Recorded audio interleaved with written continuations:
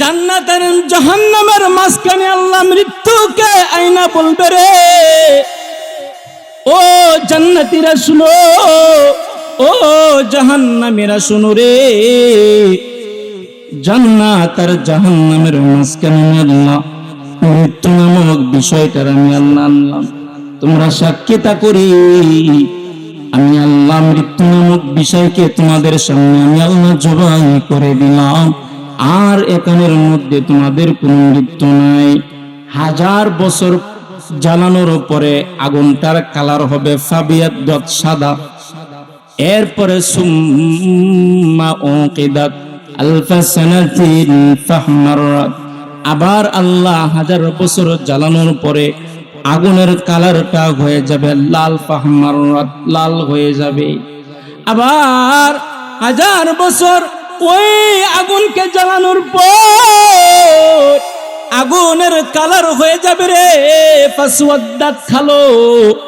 নবীজি বলেন ফাহিয়া সাউদাউ কান্নাইল মুসলিম, এই আগুনটারে জ্বালাইতে জ্বালাইতে আল্লাহ এমন কালো করবে, তোমাদের দুনিয়ার জমিনে অন্ধকার রাত যখন আসে অন্ধকার রাতের চাইতে বেশি কালো আল্লাহ আগুন রে বানাইবে। ওই আগুনের মধ্যে আল্লাহ আবু জাহেলরে পোড়াইবে, আবু সুফিয়ানরে পোড়াইবে, শাহরুখরে আল্লাহ পোড়াইবে। কোরআনের বিরোধিতা যারা করেছিল ওই সমস্ত মানুষদেরকে আল্লাহ ওই আগুনে পোড়াইবে। আমার ভাইরা, মহান আল্লাহ বলে কয় হাসরের ময়দানে আমি আল্লাহ এমন একটা অবস্থা করব রে, মৃত্যু নামক যে বিষয়টা আছে ওই মৃত্যু নামক বিষয়টার আমি আল্লাহ জান্নাত আর জাহান্নামের মাঝখানে আনবো। মহান আল্লাহ मैं सूरत यूसुफ को नहीं चाहने वाला, मैं कायस के मानंद नहीं आशिक लैला, मैं कायस के मानंद नहीं आशिक लैला, मैं आशिक मौला हूँ मेरा इश्क दवाना, ए जुमला जहाँ जिसके तजल्ली से उजाला, ए जुमला जहाँ जिसके तजल्ली से उजाला, والليل में है जुल्फ मुहम्मद का तरन्नुम, والشمس में रुखसार है अहमद का तरन्नुम, والفجر में है सुबह रिसालत की बशारत, والعصر में है दूर नबुव्वत की बशारत, हर फूल में है रोए मदीना का तबस्सुम, शाखों के लचक शाखों के लचक में कद आका का तकल्लुम, यासीन से मौला ने कभी उसको पुकारा, तासीन से और कभी हामीम से उसको पुकारा। अल्हम्दुलिल्लाह। मुसलमान मुसलमानेर मतो गर्जन दिबेन, মুসলমান শিয়ালের মতো বিড়ালের মতো চেঁচামেচি করবেন না। মুসলমান সিংহের জাতি গর্জন দিয়ে কথা বলবেন, মুসলমান আওয়াজ দিয়ে কথা বলবেন। কারণ হচ্ছে মুসলমান বীরের জাতি, কাপুরুষের জাতি নয়। আওয়াজ করে বলো ঠিক কিনা? কোরআনের কি মুজিজা! কোরআনকে যারা আঁকড়ায়া ধরে, কোরআনকে যারা হেফজ করে, কোরআনের হাফেজ যারা হয়, এদের কি মর্যাদা! আর এদের সাথে সম্পর্ক রাখলে হাসরের ময়দানে কি লাভ হয়। এরা যেই মাদ্রাসায় পড়ে, এই মাদ্রাসার সাথে সম্পর্ক রাখলে হাসরের ময়দানে কি লাভ হয়। এবার বলেন, কাফেরদের 3 জন লিডারের নাম কি? আবু জাহেল, আবু সুফিয়ান আর শারিক। এই 3 জন নবীজি যখন আপনার কোরআন তেলাওয়াত করতেন, আপনার সূরাতুল হামিম সেজদার মধ্যে আল্লাহ বলেন যে নবী গো, আপনি নামাজ পড়েন আর কাফেরেরা দূরে সরে যায়, দূরে যাওয়ার পরেও কিন্তু এরা কান পাইতা আপনার তেলাওয়াত শুনে। জোরে কোন সুবহানাল্লাহ। ওই কাফেরেরা আর কিছু যুবককে এরা লেলিয়ে দিত যে মুহাম্মদ নবী মুহাম্মদ যখন নামাজ পড়বে তোমরা তার পাশে চিল্লাচিল্লি হট্টগোল শুরু করে দিবা, হইচই শুরু করে দিবা, যেন তার তেলাওয়াতের মধ্যে ডিস্টার্ব হয়। নাউজুবিল্লাহ বলবেন না? পয়গম্বর নামাজে দাঁড়াইছি রে, وقال الذين كفروا لا تسمعوا لهذا القرآن। পয়গম্বর নামাজে দাঁড়ায়া আল্লাহর সাথে কথা কয়। কাফেরেরা, মক্কার 3 জন কাফেরেরা, এরা কাফেরদেরকে বলে রাখছে, এরে কেউ যদি তোমরা মুহাম্মাদের তেলাওয়াত শুনবা তাহলে তোমাদেরকে লোক সমাগমের সামনে শাস্তি দেওয়া হবে, তোমাদেরকে শাস্তির আওতায় আনা হবে, মুহাম্মাদের তেলাওয়াত কেউ শুনবা না। আল্লাহর পয়গম্বর নামাজের মধ্যে দাঁড়াইয়া যখন তেলাওয়াত করতেন, ওই কাফেরেরা 4 পাশ থেকে আল্লাহর পয়গম্বরকে তারা ডিস্টার্ব করত। আর কিছু কাফেরেরা তারা দূর চলে যাইত। দূর চলে গেলে কি হবে? আল্লাহর কোরআনের তেলাওয়াত তাদের কাছে তো মজা লাগতো। দূর থেকে তারা কান দিয়া কান পাইতা তারা শুনতো। সুবহানাল্লাহ বলেন। আবু জাহিল্লা পয়গম্বর তো দিনের বেলা দিনের দাওয়াত দিতেন, রাত্রের বেলা উনি কোরআন তেলাওয়াত করতেন, নামাজ পড়তেন। পয়গম্বর ঘরের ভিতরে রাত্রের বেলা পয়গম্বর নামাজ আদায় করতিস। আবু জাহেল ঘরের কোনায় যায় কোরআন তেলাওয়াত শুনে, আর ওই দিকে আবু সুফিয়ানও কোরআন তেলাওয়াত শুনে যায়। সারি যায় কোরআন তেলাওয়াত শুনে রে। শুনতে শুনতে যখন ভোর হয়ে গেছে, ফজরের ওয়াক্ত হয়ে গেছে, আবু জাহেল যখন বাড়ির দিকে রওনা দিবে, হঠাৎ করে দেখে আবু সুফিয়ান সামনে পড়ে গেছে। আবু জাহেল কয়, কিরে আবু সুফিয়ান তুমি এখানে কি করো? আবু সুফিয়ান কয়, আবু জাহেল তুমি এখানে কি করো? শারিক কয়, তোমরা এখানে কি করো? কয়, আমরা দিনের বেলায় মানুষদেরকে বলি মুহাম্মাদের তেলাওয়াত তোমরা শুনবা না, রাত্রের বেলা লুকায়া লুকায়া আমরা বুঝি মুহাম্মাদের তেলাওয়াত আমরা শুনি। গোত্রের লোকেরা কাফেরেরা যদি শুনি, আমরা নেতারা আমরা তেলাওয়াত শুনি কোরআনের তেলাওয়াত, এরা সবাই মুসলমান হয়ে যাবে রে। আর এরা যদি মুসলমান হয়ে যায়, আমাদের তো লিডারগিরি আর থাকবো না, নেতাগিরি থাকবো না। 3 জন বলে, ঠিক আছে আজকের মতো আমরা 3 জন শুনছি তো শুনছি, ভবিষ্যতে আর মুহাম্মাদের তেলাওয়াত আর আমরা আইসা শুনবো না। আমরা 3 নেতা আমরা ওয়াদাবদ্ধ হইলাম, এরা 3 নেতা ওয়াদাবদ্ধ হইল, ভবিষ্যতে মুহাম্মাদের তেলাওয়াত শোনার জন্য আর দ্বারে কাছে আসবে না। আল্লাহর কি কুদরত রে ভাই! ও 32 মুসলমান, আদর্শ পল্লীর মুসলমান, ও কিশোরগঞ্জের ভাইরা, আল্লাহর কি মুজিজা দেখো। এরা 3 নেতা এরা প্ল্যান করছে, বুদ্ধি করছে, আগামীকাল থেকে ভবিষ্যতে আর মুহাম্মাদের তেলাওয়াত শুনবে না। পরের দিন এরা ঘুমায়া ঘুমায়া ঘরের মধ্যে চিন্তা করে, আবু জাহেলের কাছে তো আমি ওয়াদা করছি আর যাব না মুহাম্মাদের তেলাওয়াত শুনতে। আবু সুফিয়ান ভাবতেছে আবু জাহেল তো ওয়াদা দিছে, আবু জাহেল ভাবতেছে আবু সুফিয়ান তো ওয়াদা দিছে, শারিক ভাবতেছে আবু সুফিয়ান তো ওয়াদা দিছে আর মুহাম্মাদের তেলাওয়াত শুনতে যাবে না, সুতরাং আমি আবু সুফিয়ান একা একা আজকে যাব মুহাম্মাদের তেলাওয়াত শুনব। আবু সুফিয়ান আমার পয়গম্বরের ঘরের কাছে গেছে। আরে ভাই, মুহাম্মাদের আমাদের নবী মুহাম্মদ নবীর ঘরের কাছে যায় আবু সুফিয়ান অন্য দিনের মতো তেলাওয়াত শুনে, আবু জাহেল তেলাওয়াত শুনে, শারিক তেলাওয়াত শুনে, এরা তেলাওয়াত শুনতেছে। হঠাৎ করে আবার যখন ভোর হয়ে গেছে, আবু জাহেল সে ঘরের দিকে রওনা হয়ে গেছে।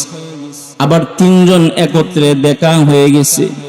কয় কি রে আবু সুফিয়ান, তুই না বললি আর মুহাম্মাদের তেলাওয়াত শুনতে আসবি না? আবু জাহেল না কয় কি রে আবু সুফিয়ান, তুই তো কইছিলে আর আসবি না। শারিক কয় তুই তো কইছিলে আর আসবি না, আসছো কেন?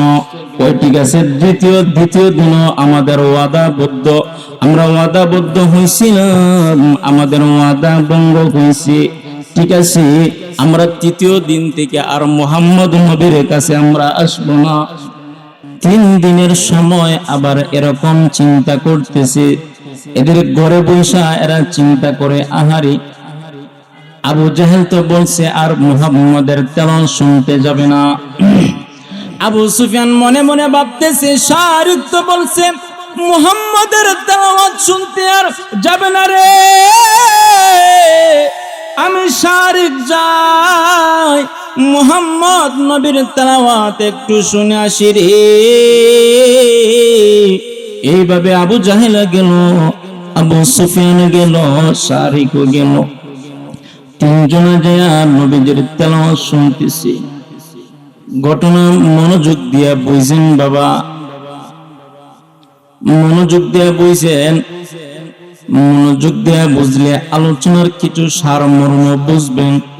এরা 3 দিনই এরা ওয়াদা ভঙ্গ করছে। 3 দিনের সময় আবার 3 জন যখন বাড়ির দিকে ফিরবে ভোরের বেলা, ভোরের সময় নবীজির তেলাওয়াত শেষ, ভোরের সময় এরা যখন বাড়ির দিকে ফিরতেছে 3 নেতা, এরা কয় কি রে আজকে 3 দিনের সময় আমরা 3 জন আসলাম, আমরা 3 জনের কথা যদি ঠিক না থাকে আমাদের গোত্রের লোকেরা তো আমাদের মানবে না। এরা ভাববে আমাদের লিডার যদি মুহাম্মাদের তেলাওয়াত শুনে তাহলে আমরা কেন শুনবো না, আমরা মুসলমান হয়ে যাব। ও আবু সুফিয়ান, ও শারিক। আবু জাহেল কয় আবু সুফিয়ান, শারিক আর মুহাম্মাদের তেলাওয়াত শুনতে কিন্তু যাব না। 3 দিন আমরা গেছি আর আমরা যাব না। আল বিদায়া ওয়ান নিহায়া কিতাবের মধ্যে উল্লেখ করা হয়েছে, ওরা দূর চলে যাইতো, দূরে যায় নবীজির তেলাওয়াত তারা শুনতো রে। এরপরে তারা নবীজির তেলাওয়াতের মজা তারা চাটতে পারতো না রে। ও আমার ভাইরা, একটু চিন্তা করো কোরআনের কি মুজিজা। এই কথায় আল্লাহ সূরাতুল হামিম সিজদায় 26 নম্বর আয়াতে আল্লাহ বলেন, وقال الذين كفروا ও পয়গম্বর, কাফেররা বলে লা তাসমাউ, তাদের গোত্রের লোকদের বলে লা তাসমাউ, তোমরা শুনো না রে মুহাম্মদ নবীর তেলাওয়াত শুনো না। লা তাসমাউ লিহাযাল কুরআন, কুরআন তেলাওয়াত শুনবা না। ওয়ালগাউ ফীহি লাআল্লাকুম তাগলিবুন, তোমরা অন্যত্র চলে যাইবা আর না হয় তোমরা মুহাম্মদরে তোমরা ডিস্টার্ব দিবা। ওই যখন তেলাওয়াত শুরু করবে তার পাশে তোমরা হই হুল্লোড় শুরু করবা, চিল্লা চিল্লি চেঁচামেচি শুরু করবা, অর্থাৎ তারে তোমরা ডিস্টার্ব দিবা। আমার ভাইরা, কিন্তু এরা যতই কোরআনকে তারা মিটাইতে চাইছিল, এরা কোরআন রে মিটাইতে পারে নাই, উকবাও পারে নাই, সাইবাও পারে নাই, আবু জাহেলও পারে নাই, আবু সুফিয়ান পারে নাই, শারিক পারে নাই রে। বরঞ্চ এরা কোরআনকে ধ্বংস করতে আসিল। আল্লাহ ওদেরকে ধ্বংস করে দিছে, কিন্তু আল্লাহর কোরআন এখনো জমিনে আছে না না? যাদের আওয়াজ বন্ধ তাদের মনে করে কোরআন শরীফ দুনিয়াতে নেই। কোরআন শরীফ এখনো দুনিয়ায় আসেনি। এই যে একটু আগে পাগড়ি পাইছে ছাত্ররা, এই কোরআনে যে কোরআনের ঘটনা বলতেছে, এই কোরআনে এরা হেফজ করছে, মুখস্থ করছে। এরা ধন্য মা বাবার ধন্য সন্তান। এরা পাগড়ি পাইল, এই কালামুল্লাহর কথাই বলতেছি, যে কালামুল্লাহরা মুখস্থ করে হাফিজ হইছে, এই কালামুল্লাহর হাফিজ তারা হইছে। আমার ভাইয়েরা, মক্কার কাফেরা যদিও তাদের গোত্রের লোকদের বলতো সৈন্য না, এরপরেও আল্লাহর কোরআনের তেলাওয়াত তারা শুনতো। বলে কেন কেন? বলে মানুষের যেমন একটা বংশ পরিচয় আছে রে, কোরআনের একটা বংশ পরিচয় আছে। আমাদের কোরআনের আগে আল্লাহ আসমানে আরো 3টা কিতাব নাজিল করছেন। তাওরাত নাজিল করছে রে, মহান আল্লাহ জাবুর আল্লাহ দুনিয়াতে অবতরণ করছেন, ইনজিল আল্লাহ অবতরণ করছেন। এরপরে আমাদের কোরআন আসলো আল কোরআনুল কারীম। ওই 3 কিতাব যেই নবীর উপরে নাজিল হয়েছিল, ওই নবীরা যখন দুনিয়ার জমিন থেকে উনারা চলে গেছে, উনাদের কিতাবও দুনিয়ার থেকে উঠে গেছে, কিন্তু আল্লাহর পয়গম্বরের উপর যে কোরআন নাজিল হয়েছে, আজ থেকে 1450 বছর হয়ে গেছে, নবী চলে গেছেন, কিন্তু নবীর উপর যে কোরআন নাজিল হয়েছে, ওই কোরআন এখনো দুনিয়ায় আছে। জোরে বলো ঠিক কিনা? আমাদের আগে নূহ নবী দুনিয়ায় ছিল, লূত নবী ছিল, দাউদ পয়গম্বর ছিল, ঈসা রূহুল্লাহ ছিল, ঈসা রূহুল্লাহ আবার আসবেন। এইভাবে যত নবী আসছে তারাও গেছে, তাদের উম্মতদেরকেও আল্লাহ সরায় দিছে। তারা দুনিয়ার জমিন থেকে চলে গেছে, তাদের উম্মতরা দুনিয়ার জমিন থেকে চলে গেছে, তাদের উম্মতের কোনো নাম নিশানা নাই। ওই নবীগুলা গেছে গা, তাদের উম্মতদেরকে আল্লাহ ধ্বংস করে দিছেন। কিন্তু আমাদের নবী এমন এক নবী, যে নবী 1400 বছর আগে দুনিয়ার জমিন থেকে গেছে, এখনো ওই নবীর জন্য তার উম্মতেরা মাঠে ময়দানে শহীদ হয়ে যায়। চিৎকার মেরে বলো না ঠিক কিনা? তাহলে বোঝা গেল আল কোরআন সত্য না মিথ্যা?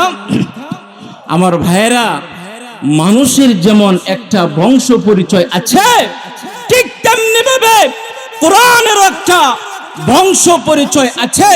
আবু জাহেল চাইছিল কোরআনের গান বন্ধ করবে, আবু সুফিয়ান চাইছিল কোরআনের গান বন্ধ করবে, কিন্তু তারা পারে নাই। মহান আল্লাহ এদেরকে ধ্বংস করে দিছে। এরা চাইছিল কোরআনকে মিঠাইয়ে দিবে, আল্লাহ ওদেরকে মিঠাইয়ে দিছে। বর্তমান জমানায় যারা মনে করো কোরআনকে মিঠাইয়ে দিব, তোমরা মিঠে যাইবা, আল্লাহর কোরআনকে তোমরা মিঠাইতে পারবা না, এরকম ভাবে মানারুল উলুম মাদ্রাসায় হাফেজ ছাত্র তৈরি হয়ে যাবে, যাদের সিনার মধ্যে আল্লাহর কোরআন তারা গেঁথে ফেলবে। তোমরা কোরআন, কাগজের কোরআন পড়াইতে পারবা, তাদের বুকে যে কোরআন সিনার মধ্যে গাঁথবে, এই কোরআন তোমরা পড়াইতে পারবে না। এমনি ভাবে কাগজের কোরআন পড়াইতে পারবে, কিন্তু মানুষের সিনায় যে কোরআন আল্লাহ সংরক্ষণ করবে, এটা মিটাইতে পারবে না। তোমরা মিটে যাইবা, আল্লাহর কোরআন কিয়ামত পর্যন্ত কেউ মিটাইতে পারবে না। জোরে বলো ঠিক কিনা? আমার ভাইয়েরা, এই কোরআনের একটা বংশ পরিচয় আছে। মানুষের যেমন একটা বংশ পরিচয় আছে। আমার নাম হলো মুশাহিদুর রহমান, আমার বাবার নাম হলো জামাল চৌধুরী, দাদার নাম হলো মধুমিয়া, বাড়ি হলো হবিগঞ্জ সিলেট, আমার দেশ হলো বাংলাদেশ। এটা আমার যেমন একটা বংশ পরিচয় আছে, আপনাদেরও একটা বংশ পরিচয় আছে না নাই?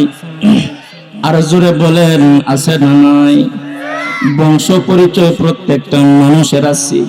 ওই কোরআনেরও একটা বংশ পরিচয় আছে রে। তাওরাতের বংশ পরিচয় নাই, ইনজিলেরও নাই, জাবরেরও নাই, যার কারণে ওইগুলার নবী যখন গেছে ওইগুলা দুনিয়া থেকে চলে গেছে। মুহাম্মদ নবীর উপরে আল্লাহ যে কোরআন নাযিল করছে, এই কোরআনের একটা বংশ মর্যাদা আছে।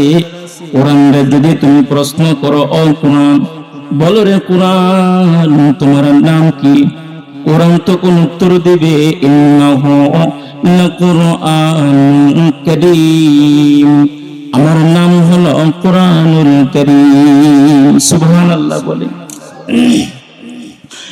ওই কোরআনকে তুমি যদি প্রশ্ন করে রে কোরআন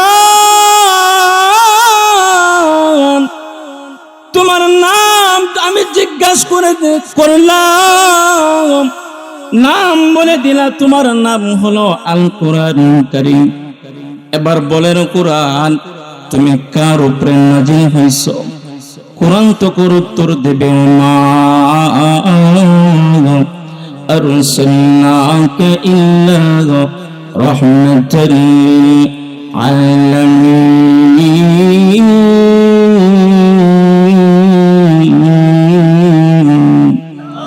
কোরআন তখন বলবে রে আমি কার উপরে অবতরণ হয়েছি জানেন?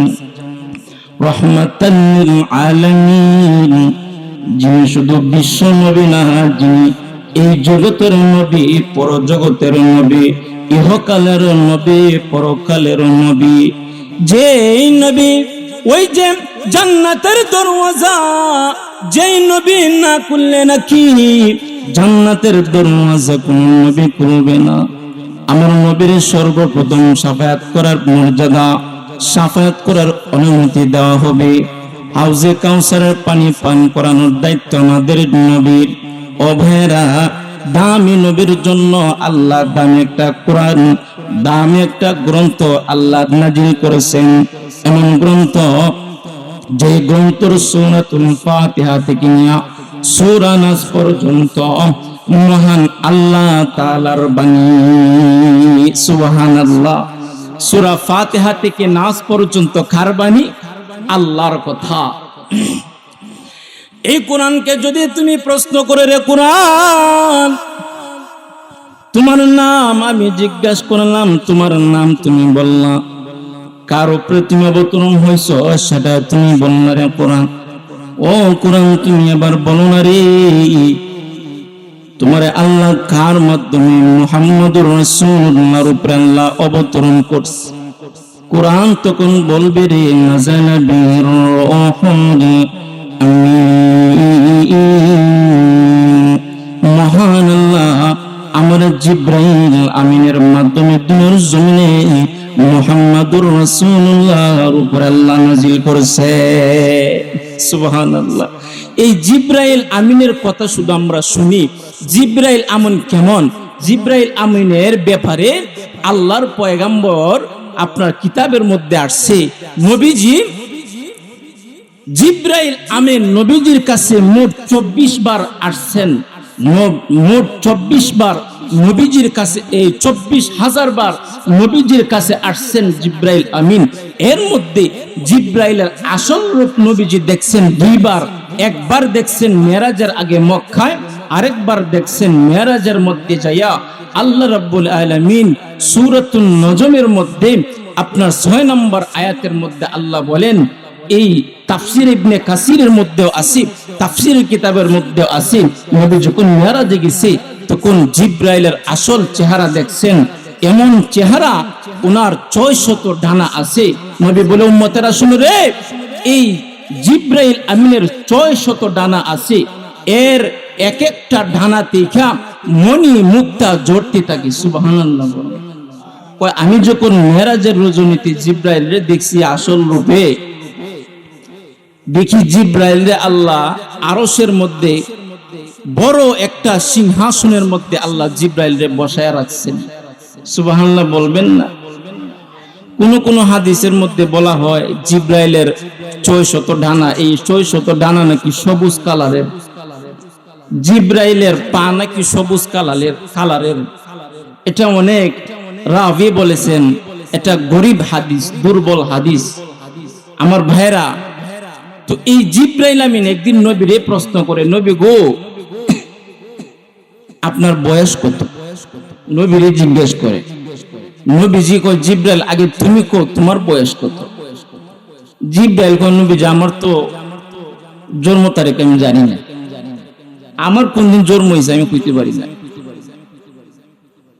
তবে নবীজি আমার জন্মের পরে আকাশের মধ্যে একটা নক্ষত্র উঠে, এই নক্ষত্র যখন উঠে, এই নক্ষত্র ওঠার পরে 70 বছর পর্যন্ত আসমানে থাকে, আবার 70 বছর অস্ত যায়, আবার 70 বছর আকাশে থাকে, আবার 70 বছর অস্ত যায়, আবার 70 বছর আকাশে থাকে। এরকম ভাবে এই নক্ষত্রটাকে আমি জিব্রাইল 72,000 বছর দেখছি। কোন সুবহানাল্লাহ। এখন নবীজি আপনি হিসাব কইরালেন আমার বয়স কত? নবীজি কয় জিব্রাইল তুমি যে বয়স কইছো এটা গুনতে আমার মেশিন লাগবে, মেশিন তো আমার কাছে নাই। তবে জিব্রাইল তুমি আমার বয়স জিজ্ঞাসা করছো, তবে তুমি শুনে নাও, তুমি যে নক্ষত্র আকাশে দেখতা 70 বছর আকাশে থাকে, আবার 70 বছর সে অস্ত যায়, আবার 70 বছর সে আকাশে থাকে, এরকম ভাবে 72,000 বছর তুমি দেখছো। এই নক্ষত্র আমি মুহাম্মদুর রাসূলুল্লাহ। জোরে কোন সুবহানাল্লাহ।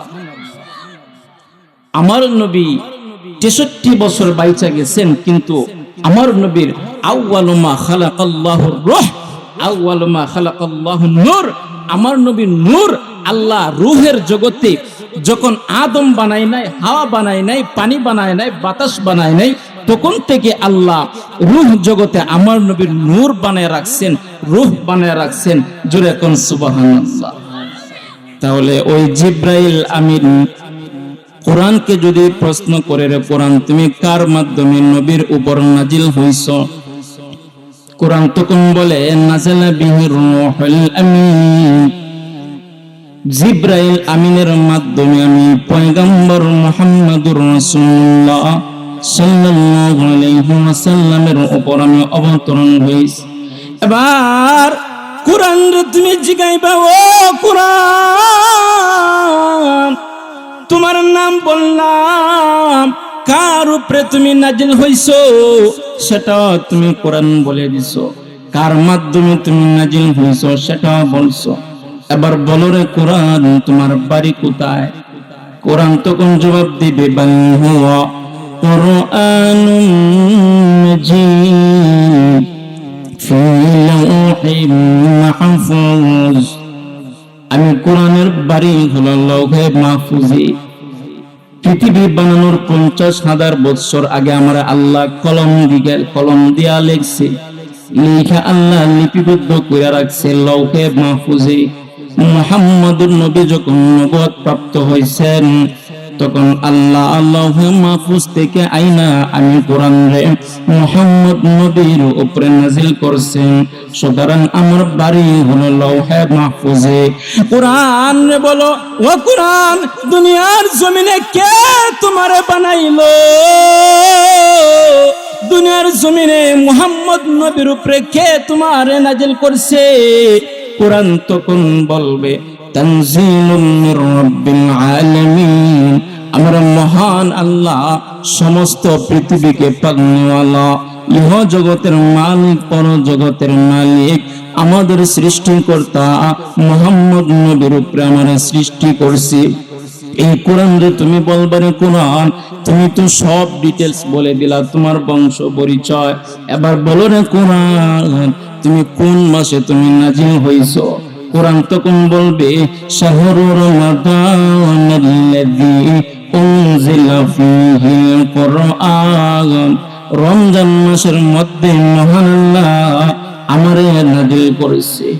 কোরআন বলে ওরে কোরআন রমজান মাসে তুমি নাজিল হইছো, আমি বুঝলাম রমজান মাসের মধ্যে কোন রাত্রের মধ্যে তুমি নাজিল হইছিলা। কোরআন তখন বলে ইন্না আনজালনাহু ফি লাইলাতুল কদর, ওই লাইলাতুল কদরে মহান আল্লাহ আমারে নাজিল করে। কইরে কোরআন লাইলাতুল কদর আবার কি? কোরআন কয় খায়রুম মিন আলফি শাহর, কয় লাইলাতুল কদর হলো হাজার মাসের চাইতে উত্তম একটা রাত। জোরে কও সুবহানাল্লাহ। তাহলে বোঝা গেল কোরআনের বংশ পরিচয় আছে না নাই? এই কোরআনকে যদি প্রশ্ন করে, রে কোরআন, ও কোরআন বলো মহান আল্লাহ তোমার দুনিয়ার জমিনে কেন পাঠাইছেন? কোরআন তো কোন উত্তর দিবে রে, মহান আল্লাহ দুনিয়ার জমিনে আমারে পাঠাইছে কেন জানো? হুদাল লিন্নাস ওয়া নুনাজ্জিলু মিনাল কুরআন মা হুয়া শিফাউন ওয়া রাহমাতুন মা হুয়া শিফা। আমার মহান আল্লাহ মানুষের হেদায়েতের জন্য বানাইছে কোরআন রে। যদি বলের কোরআন মানুষের হেদায়েতের জন্য আল্লাহ তোমার বানাইছে, ভালো কথা। আমাদের সমাজে তো যে ভালো কাজ করে তারে মানুষ দেখতে পারে না। তুমি তো ভালো কাজের জন্য দুনিয়া আসছো, তোমার তো শত্রু থাকবে তোমারে ধ্বংস করার জন্য। ও কোরআন তাহলে বলো না রে, কে তোমার হেফাজত করবে? কোরআন তো কোন বলবে রে ভাই? ও কিশোরগঞ্জের মুসলমান, কোরআন তো কোন জবাব দিবে? ইন্না নাহনু নাযালনা যিকরা ওয়া ইন্না লাহু লাহাফিজুন। কোরআন তো কোন বলবে মহান আল্লাহ আমার সংরক্ষণের দায়িত্ব নিছে। তুমি যদি বলো রে কোরআন মহান আল্লাহ তোমার কেমনে তোমারে বাঁচাইব আসমান থেকে, কেমনে তোমারে সংরক্ষণ করব, তখন কোরআন বলবে ওই যে তুমি দুনিয়ার জমিনে দেখো না মানারুল উলুম নুরানি হাফিজিয়া মাদ্রাসায় হাফেজ ছাত্ররা তারা পাগড়ি পাইছিল, আমি কোরআন রে তারা বুকে ধারণ করেছি। এই হাফেজের উসিলায়, এই হাফেজের দ্বারাতে মহান আল্লাহ আমি কোরআন রে সংরক্ষণ করেছি। জোরে কও সুবহানাল্লাহ। जो शख्स ने कुरान के जो शख्स ने कुरान को सीने में बसाया, जो शख्स ने कुरान को सीने में बसाया, फिरदौस मुअल्ला में मकान अपना बनाया। जो शख्स की औलाद हुई हाफिज कुरान, महशर में मिलेगा उसे एक ताज दुर्फ़शा। 10 अहले जहन्नम की सिफारिश वो करेगा, 10 अहले जहन्नम की सिफारिश वो करेगा। फिरदौस मिलकर वो उन्हें साथ चलेगा। আল্লাহু আকবার জোরে বলে। তাহলে এতক্ষণ আমরা কি বুঝলাম? যে কোরআনের একটা বংশ পরিচয় আছে না নাই? আর কোরআন রে আল্লাহ কিভাবে সংরক্ষণ করবে? আল্লাহ কয় 100টা তালিবুল ইলমের মধ্যে আমি বাছাই করে মাত্র 5টা কি 10টারে হাফেজ বানাইমু, আর এইটার বুকের ভিতরে আমার কোরআনকে আমি আল্লাহ সংরক্ষণ করব। এইভাবে কিয়ামত পর্যন্ত আমার কোরআনকে আমি আল্লাহ সংরক্ষণ করে রাখবো। জোরে বলেন সুবহানাল্লাহ। তাহলে ভাইরা আমার, আমি আপনাদের সামনে ইবনে মাজা শরীফের একটা হাদিস পড়েছিলাম। এই হাদিসের মধ্যে পয়গম্বর কয় ও কিদাতিন নারু আলফা সানাতিন ফাবিয়াদ্দাত, কয় আসরের ময়দানের যে আগুনটা হবে, এই আগুনটা দুনিয়ার জমিন থেকে অনেক গুণে বেশি তাপ হবে। কেমন তাপ হবে? বলে আলফা সানাতিন ফাবিয়াদ্দাত, 1000 বছর জ্বালানোর পরে আগুনটার কালার হবে ফাবিয়াদ্দাত, সাদা। এরপরে সুম্মা উকিদাত আলফা সানাতিন ফাহমারাত, আবার আল্লাহ 1000 বছর জ্বালানোর পরে আগুনের কালারটা হয়ে যাবে লাল, ফাহমারাত, লাল হয়ে যাবে। আবার 1000 বছর ওই আগুনকে জ্বালানোর পর আগুনের কালার হয়ে যাবে রে ফাসওয়াদ্দাত, খালো। নবীজি বলেন ফাহিয়া সাউদাউ কান্নাইল মুজলিম, এই আগুনটারে জ্বালাইতে জ্বালাইতে আল্লাহ এমন কালো করবে, তোমাদের দুনিয়ার জমিনে অন্ধকার রাত যখন আসে, অন্ধকার রাতের চাইতে বেশি কালো আল্লাহ আগুন রে বানাইবে। ওই আগুনের মধ্যে আল্লাহ আবু জাহেলরে পোড়াইবে, আবু সুফিয়ানরে পোড়াইবে, শাহরিকরা আল্লাহ পোড়াইবে। কোরআনের বিরোধিতা যারা করেছিল ওই সমস্ত মানুষদেরকে আল্লাহ ওই আগুনে পোড়াইবে। আমার ভাইরা, মহান আল্লাহ বলে কয় হাসরের ময়দানে আমি আল্লাহ এমন একটা অবস্থা করব রে, মৃত্যু নামক যে বিষয়টা আছে ওই মৃত্যু নামক বিষয়টার আমি আল্লাহ জান্নাত আর জাহান্নামের মাঝখানে আনবো। মহান আল্লাহ জান্নাত আর জাহান্নামের মাঝখানে আল্লাহ মৃত্যুকে আইনা বলবে রে, ও জান্নাতীরা শুনো, ও জাহান্নামীরা শুনো রে, জান্নাত আর জাহান্নামের মাঝখানে আল্লাহ মৃত্যু নামক বিষয়টার আমি আল্লাহ আনলাম, তোমরা সাক্ষী তা করি আমি আল্লাহ মৃত্যু নামক বিষয়কে তোমাদের সামনে আমি আল্লাহ জবাই করে দিলাম। আর এখানের মধ্যে তোমাদের কোনো মৃত্যু নাই। আল্লাহ রাব্বুল আলামিন ওই সময় একজন ঘোষণাকারীকে বলবে, ও ঘোষণাকারী, বুখারীর হাদিস, ঘোষণাকারী ঘোষণা দিবে আল্লাহর পক্ষ থেকে, ইয়া আহলাল জান্নাতি লা মাউতা,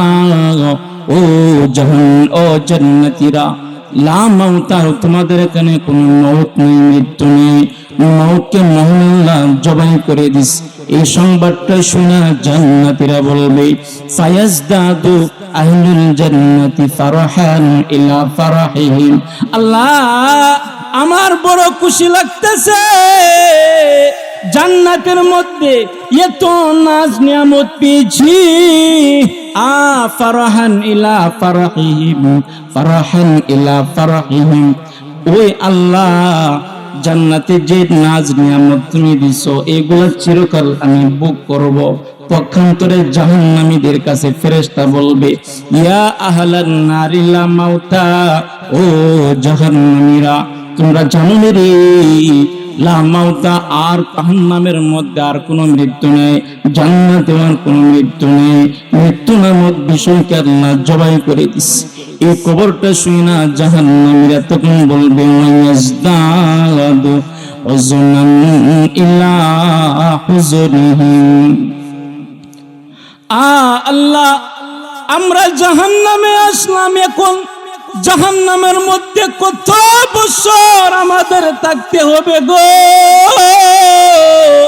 মহান আল্লাহ ওই দিন বলবে রে, ইন্নাল মুজরিমিনা ফি আযাবি জাহান্নামা খালিদুন, ও আমার বান্দারা, ওই যে তোরা আজকে মুজরিমেরা, ইন্নাল মুজরিমিনা, মুজরিমেরা শুনবে, আজকে যে তোরা জাহান্নামে আসছো এটা কিন্তু আমি আল্লাহর দোষের কারণে তোমরা শুনেই, লা ইউফাত্তারু আনহুম, এখানে তোমরা চিরকাল থাকবা, হুম ফীহি মুবলিসুন, তোমাদের শাস্তি আর বদলানো হবে না, কমানো হবে না। ওমা যালামনাহুম ওয়ালাকিন কানু হুমুজ জালিমিন, দুনিয়ার জমিনে তোমরা নিজেরাই নিজেদের উপরে জুলুম করেছিলা। আল্লাহ জান্নাতীদেরকে ডাক দিয়ে বলবে, ও জান্নাতীরা তোমরা বলো, আমি যে তোমাদেরকে জাহান্নামে দিলাম, আল্লাহ জাহান্নামীদেরকে আগে ডাক দিবে, ও জাহান্নামীরা আমি যে তোমাদেরকে জাহান্নামে দিলাম, তোমরা বলো, আমি যে তোমাদেরকে জাহান্নামে দিলাম, তোমরা বলো, আমি কি তোমাদের উপরে কোনো জুলুম করলাম কিনা, আমি কি কোনো অন্যায় করেছি রে, আমি কি তোমাদের দুনিয়ার জমিনের মতো বিচার করেছি? 500 টাকার নোট ধরায় দিলে বিচারের রায় পাল্টায় দিবে, 1000 টাকার লাল নোট দিলে ওই বান্দা মিথ্যা সাক্ষী দেওয়া শুরু করে দিবে। এরকম বিচার কি বান্দা আমি করলাম নাকি? জাহান্নামীরা বলবে, ও মালিক, না না, বড় ইনসাফের বিচার করে গো আল্লাহ, আজকে তুমি আমাদেরকে জাহান্নামে দিছো, আমাদের কোনো কমপ্লেন নেই আল্লাহ, তোমার কোনো কমপ্লেন নেই। আল্লাহ বলবে, রে জান্নাতীরা তোমাদেরকে জান্নাতে দিলাম, আমি কি তোমাদের কাছ থেকে কোনো ঘুষ খাইলাম নাকি? জান্নাতীরা বলবে না, আল্লাহ বড় ইনসাফের বিচার করে জান্নাতি দিছো। তাহলে ভাইরা আমার, ওই হাসরের ময়দানে যখন মৃত্যু নাই, ওই মৃত্যুকে আল্লাহ জবাই করে দিবে। মানুষগুলা যখন জাহান্নামে যাবে রে, ওই মানুষগুলারে জাহান্নাম থেকে কে বাঁচাইবে জানেন? ইবনে মাজাহ শরীফের হাদিস, قال رسول الله صلى الله عليه وسلم إن لله أهلين من الناس قالوا يا رسول الله من هم أهل القرآن أهل الله وخاصته। আল্লাহর পয়গম্বর বলে, ওরে আমার সাহাবায়ে কেরাম, তোমরা শুনে রাখো, দুনিয়ার জমিনের মধ্যে এমন কোন বান্দা থাকবে, এমন কিছু বান্দা থাকবে যে বান্দাগুলা হলো আল্লাহর পরিবার, আল্লাহর পরিবারের সদস্য।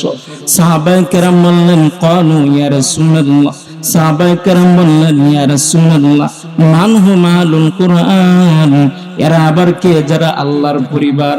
পয়গম্বর, আল্লাহর তো কোনো পরিবার নেই, আল্লাহর তো ছেলে নেই, মেয়ে নেই, আল্লাহর পরিবারের সদস্য কেমনে আসলো? পয়গম্বর বলবরি আহলুল্লাহি ওয়া খাসাতুহু। পয়গম্বর কয়, দুনিয়ার জমিনের মধ্যে আমার কিছু বান্দা আছে, এরা আমার কোরআন, আমার উপরে যে কোরআন অবতরণ হয়েছে ওই কোরআনকে এরা হেফজ করে, ওই কোরআন নিয়ে তারা গবেষণা করে, কোরআন নিয়ে তারা চর্চা করে। রাত্রে 3টার সময় সব মানুষগুলা যখন ঘুমায় যায়, পৃথিবী নীরব হয়ে যায়, ওই বান্দারা 3টার সময় উল্টা ওযু বানায়া 2 রাকাত নামাজ পড়িয়া আল্লাহর কাছে হাত তুইলা এরা কোরআন নিয়ে বয়ে যায়।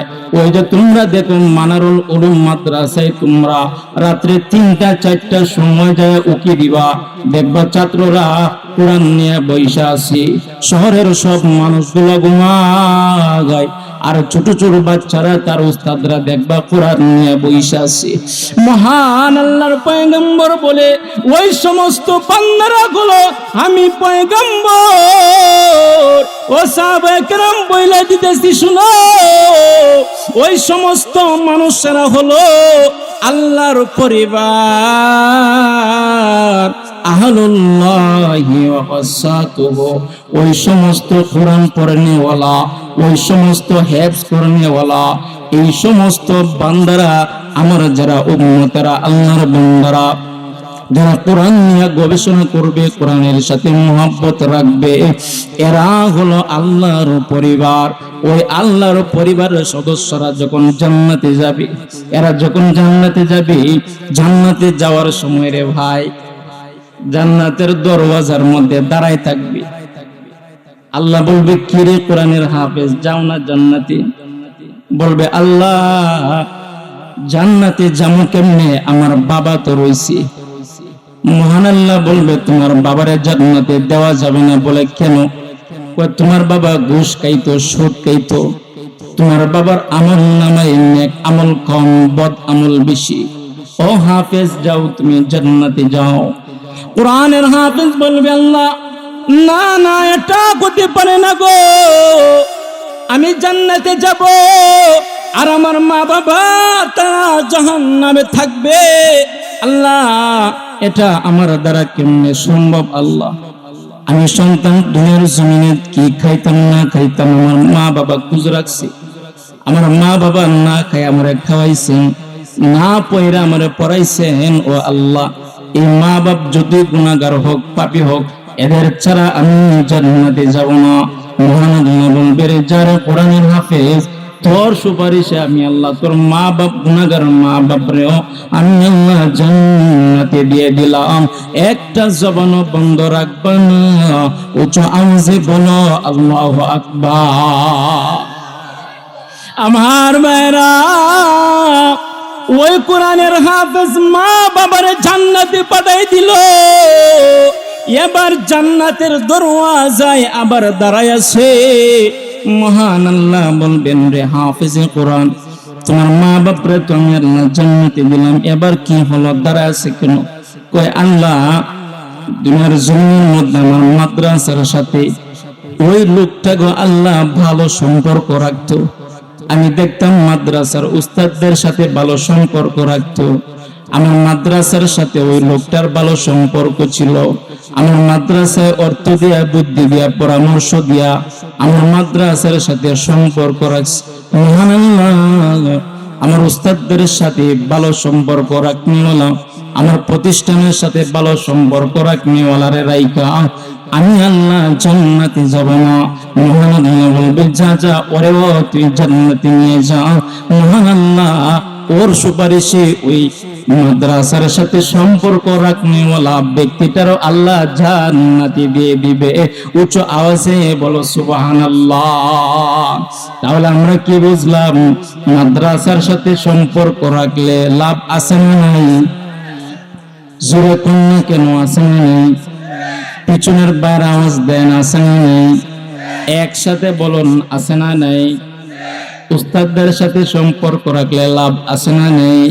কি লাভ আছে জানো? ইবনে মাজাহ শরীফের একটা হাদিস শুনে পয়গম্বর কয়, ক্বালা রাসূলুল্লাহ সাল্লাল্লাহু আলাইহি ওয়াসাল্লাম, মান ক্বারাআল কুরআন ফাস্তাসরাহু ফাআহাল্লা হালালাহু ওয়া হাররামা হারামাহু আদখালাহুল্লাহুল জান্নাহ وشفعه من عشرة كلهم قد استوجب النار। আল্লাহর পয়গম্বর বলে, একজন হাফেজে কোরআন 10 জন ব্যক্তিকে সুপারিশ করে জান্নাতে নিয়ে যাবে। এমন ব্যক্তিদেরকে সে জান্নাতে নিতে পারবে যাদের উপরে মহান আল্লাহ জাহান্নাম ওয়াজিব করে দিয়েছে।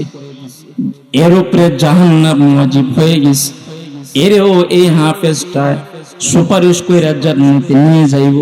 তাহলে কোরআনে হাফেজের দাম আছে না নাই? এই যে আজকে পাগড়ি পাইছে ছাত্ররা, এদের মা বাবার জন্য, এদের মা বাবারে আল্লাহ নূরের মুকুট পরাইব আশরার ময়দানে। একজন আরেকজনকে বলা বলি করবে, কি রে এই লোকটা আর এই মহিলা আর এই পুরুষের মাথার মধ্যে নূর চমকায় কেন? একজন আরেকজনকে বলবে, জানো না রে, দুনিয়ার জমিনে মানারুল উলুম মাদ্রাসায় তার বাচ্চাকে হাফেজ বানাইছিল, কোরআন মুখস্থ করাইছে, কোরআন মুখস্থ করার পর আলেম বানাইছে। ওই সন্তানের উসিলায় মহান আল্লাহ তার মা বাবারও জান্নাতি করে দিছে, নূরের মুকুট আল্লাহ তাদেরকে পরাই দিছে। মানুষেরা তখন বলবে, হারে দুনিয়ার জমিনে যদি আমার বাচ্চাটারে আমি মাদ্রাসায় পড়াইতাম তাহলে কত না আজকে আসরের ময়দানে আমার লাভ হইতো। ওই দিন ভাই কোন আফসোস করে কাজ হবে না, ওই দিন কোন আফসোস করে কাজ হবে না। এর জন্য এখন সময় আছে, মানুষের হায়াতের কোনো গ্যারান্টি নেই। ও ভাই, আল্লাহ আপনারা 4টা সন্তান দিয়েছেন, 4টা সন্তানের মধ্যে একটা সন্তানকে হলেও মাদ্রাসায় দিবেন। আল্লাহ আপনারা 3টা মেয়ে দিছি, 3টা মেয়ের মধ্যে একটা মেয়ের হলেও মাদ্রাসায় দিবেন। হতে পারে মহান আল্লাহ এই সন্তানের ওসিলায় মহান আল্লাহ আপনার জান্নাতি বানিয়ে দিবে। জোরে কও সুবহানাল্লাহ। আমার দেশের যুবকের মুখে নবীর সুন্নতি দাড়ি নাও থাকতে পারে, আমার দেশের যুবকের গায়ে নবীর সুন্নতি লেবাস নাও থাকতে পারে, আমার দেশের যুবকেরা যদিও 5 ওয়াক্তের নামাজ ঠিকমতো আদায় নাও করতে পারে, কিন্তু তারা যখন শুনে আল্লাহর কোরআনকে কেউ ব্যঙ্গ করেছে, মহান আল্লাহকে কেউ ব্যঙ্গ করেছে, তখন তারা মাঠে ময়দানে ঝাঁপিয়ে পড়ে ওই কুলাঙ্গারের শাস্তি দেওয়ার জন্য নিজের তাজা রক্ত তারা বিলায় দেয়, নিজের তাজা রক্ত বিলায় দিয়ে তারা শহীদ হয়ে যায়। জোরে বলো ঠিক কিনা? ও মুসলমান, আজকে এই মানারুল উলুম মাদ্রাসার মাহফিল থেকে তোমাকে ওয়াদাবদ্ধ করতে হবে। এই মানারুল উলুম মাদ্রাসার মাহফিল থেকে নতুন শপথ গ্রহণ করতে হবে। কারণ হলো, মনে রাখবা, বিড়ালের গায়ে রক্ত আছে, সিংহের গায়ে রক্ত আছে, কুকুরের গায়ে রক্ত আছে। কুকুরের গায়ে রক্তের দাম নাই, বিড়ালের গায়ে রক্তের দাম নাই, শিয়ালের গায়ে রক্তের দাম নাই, তুমি একটা মুসলমান যুবক, ও যুবক, তোমার গায়ে রক্তের দাম আছে, তোমার ওই দামি রক্ত আল্লাহর নবীর ইজ্জতের জন্য।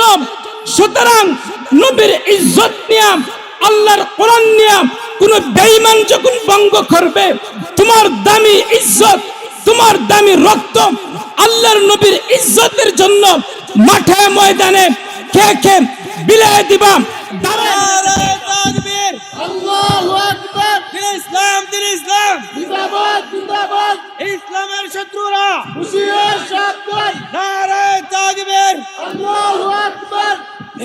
আল্লাহর বিরুদ্ধে কথা বলবে, আল্লাহর কোরআনকে নিয়ে ব্যঙ্গ করবে। এতক্ষণ আমরা কোরআনের মুজিজা সম্পর্কে আলোচনা শুনলাম, এই কোরআনের বংশ পরিচয় সম্পর্কেও শুনলাম, এই কোরআনের সাথে সম্পর্ক রাখলে কি ফায়দা তাও শুনলাম।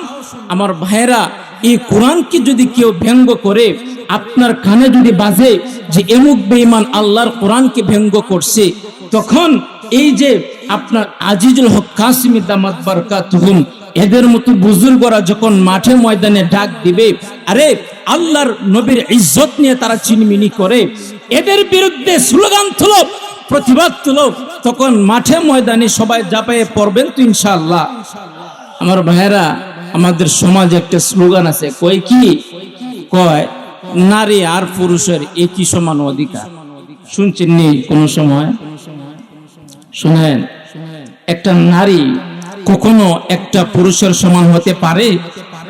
কোন দিক দিয়ে হতে পারে না। তো যারা বর্তমান জমানায় নারী পুরুষ এক সমান স্লোগান তোলে, এদের উদ্দেশ্য হলো, এরা মুখে বলে নারী পুরুষ সমান অধিকার, এদের ভিতরে হলো মুসলিম নারীদেরকে রাস্তায় নামায় দেওয়া। কারণ মুসলিম মা বোনরা যদি পর্দায় থাকে, এদেরকে ধরা ছোঁয়া যাবে না, এদেরকে রাস্তায় নামায় দেয় নারী পুরুষ সমান স্লোগান দিয়া। কারণ রাস্তায় যখন নামায় দিবে, এর ধরতে সহজ। এদের মুখে হলো নারী পুরুষ সমান অধিকার, আর অন্তরে হলো রাস্তায় নামায়া মা বোনদের ইজ্জত নিয়ে সিনেমিন খেলা। জুড়ে বলো ঠিক কিনা? এরা হলো শিয়ালের মতো। আল্লাহর নবী যখন দুনিয়ার জমিনে আসছে, আল্লাহর নবী যেই জমানায় আসছিলেন, দুনিয়াতে আয়েশা দেখে মহিলাদের কোনো দামই নেই, কোনো পর্দা নাই, মহিলাদের কোনো দাম নাই। আল্লাহর নবী মহিলাদের দাম বাড়ায় দিয়েছেন। কিভাবে বাড়ায় দিয়েছেন? মহিলাদেরকে বইলা দিয়েছেন, আমার উম্মতরা, মহিলাদেরকে বাহিরে কাজ করতে হবে না, তোমরা ঘরে থাকবা, রানীর মতো থাকবা, তোমাদের স্বামী ইনকাম করে খাওয়াই, এটা সম্মান। আর স্বামী যদি কয়, গো আমি তো রুজি করো, তুইও রুজি কর, দুই বেড়ে বেড়ে মিললে রুজি করুম আর টাকা জমাইম, এর তো ইজ্জত দেওয়া হইল না। আর যেই পুরুষ কয়, আমি যতদিন দুনিয়াতে আছি, আমার রক্ত থাকতে তুমি বাহিরে যাই কাজ করতে হইব না গো, যতদিন আমি দুনিয়াতে আছি আমার রক্ত পানি বিচ্ছা হইলেও তোমার আমি ঘরের ভিতরে রাইখা তোমার খাওয়াইমু, বাহিরে তোমার কাজ করতে হবে না। এইটা হলো একটা সুপুরুষের কথা, ঠিক কিনা? ও পয়গম্বর, মক্কার কাফেররা আপনারে ব্যঙ্গ করে গো পয়গম্বর। ও পয়গম্বর, এরা আপনারে পাগল কয় গো পয়গম্বর। ও পয়গম্বর, আপনি যখন নামাজ পড়েন গো, আপনার নামাজে তারা ডিস্টার্ব করে। ও আমার নবী, আপনি মনে রাখবেন, আমি মহান আল্লাহ আপনার উপরে খুশি, আপনার উপরে আমি আল্লাহ খুশি। এরা আপনারে পাগল কোক আর যাই করুক গো নবী, আপনি টেনশন করেন না। আপনি যে দাওয়াত দিতেছেন, যে এক আল্লাহর দাওয়াত দিতেছেন, যে কোরআনের দাওয়াত গো নবী আপনি দিতেছেন, এই কোরআনকে আমি আল্লাহ তাওরাতের মতো উঠায়া নেব না। আপনি দুনিয়া থেকে যাওয়ার পরে ইনজিলের মতো এই কোরআনকে আমি আল্লাহ উঠায় নেব না। আপনি দুনিয়া থেকে যাওয়ার পরে আমি আল্লাহ তাওরাতের মতো আমি আল্লাহ এই কোরআনকে দুনিয়ার জমিন থেকে উঠায় নেব না। ও পয়গম্বর, আপনি দুনিয়ার জমিনে থাকেন আর না থাকেন, কিয়ামত পর্যন্ত আমি মহান আল্লাহ এই কোরআনের দায়িত্ব আমি আল্লাহ নিয়ে নিলাম।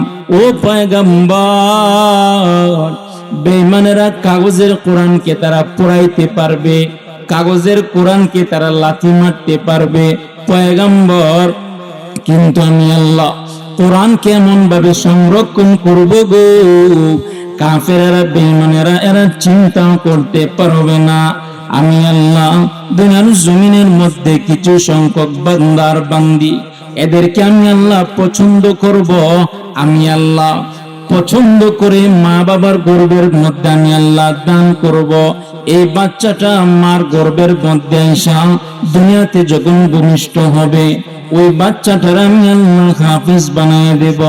আমার কোরআন ওই বাচ্চাটার সিনার মধ্যে ঢুকিয়ে দেব। ওই বাচ্চাটা যতদিন পর্যন্ত দুনিয়ায় থাকবে, আমার কোরআন তার সিনার মধ্যে নবী আবদ্ধ থাকবে, সংরক্ষণ থাকবে। ওই বাচ্চাটা যখন বড় হবে, আবার আরেকজনকে ওই কোরআন শিক্ষা দেবে, তার ছাত্র আবার আরেকজনকে শিক্ষা দেবে, তার ছাত্র আবার আরেকজনকে শিক্ষা দেবে। এইভাবে কিয়ামত পর্যন্ত আমি আল্লাহ আমার কোরআনকে আমি আল্লাহ সংরক্ষণের দায়িত্ব নিয়ে নিলাম। একটা জবানও বন্ধ রাখবা না রে কিশোরগঞ্জের ভাই, উচ্চ আওয়াজে বলো না আল্লাহু আকবার। قد كان ولا شيء ولا شمس ضياء لا نار ولا نور على الكون تلالا لا جسم ولا روح ولا ريح وماء لا نجم ولا شجر ولا حجر سقالا لا جن ولا إنس ولا أمر ولا خيال لا ملك ولا فلك كرما وجزالا।